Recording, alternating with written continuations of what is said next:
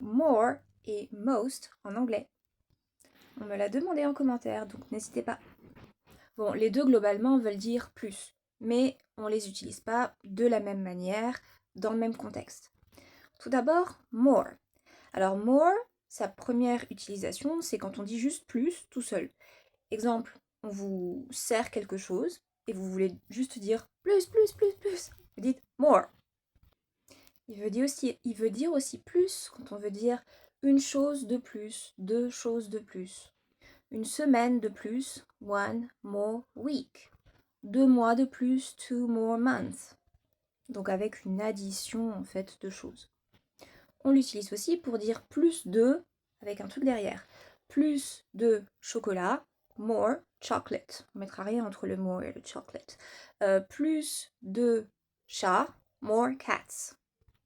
C'est lui aussi qu'on va utiliser quand on va utiliser un adjectif derrière. Donc pour dire il est plus que quelqu'un d'autre. C'est celui-là qu'on va utiliser quand on fait la comparaison. Il est plus intelligent que son voisin.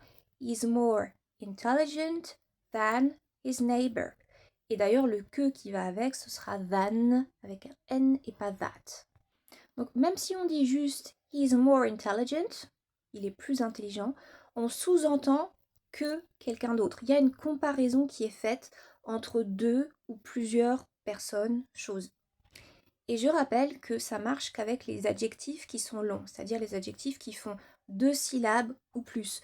More intelligent, more convenient. Parce que s'ils sont courts, comme nice ou clean, ce sera une autre règle, ce sera quelque chose d'autre qu'on utilise. C'est celui-là aussi, j'ai du mal aujourd'hui, qu'on utilise quand on veut dire plus je fais ça, plus il m'arrive ça. Par exemple, plus je mange, plus je dors.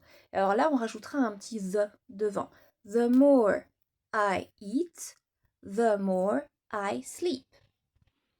Et enfin, attention, si on rajoute un no devant, par exemple, there is no more coffee, bah là, ça veut dire plus, mais dans le sens plus, il n'y en a plus, zéro, il n'y a plus de café. Maintenant, le most. Alors, déjà, most peut vouloir dire la plupart de. Par exemple, most of the time, ça veut dire la plupart du temps. Most people think bla bla bla bla, ça veut dire la plupart des gens pensent. Donc déjà, il y a cette différence-là.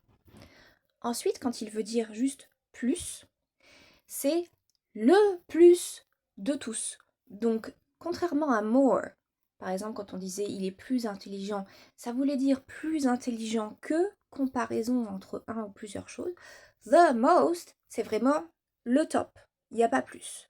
Donc on va dire the most intelligent, the most successful. Et il me faut le the. Pareil que pour more, on l'utilise uniquement avec les adjectifs qui sont longs, donc plus de 2 syllabes.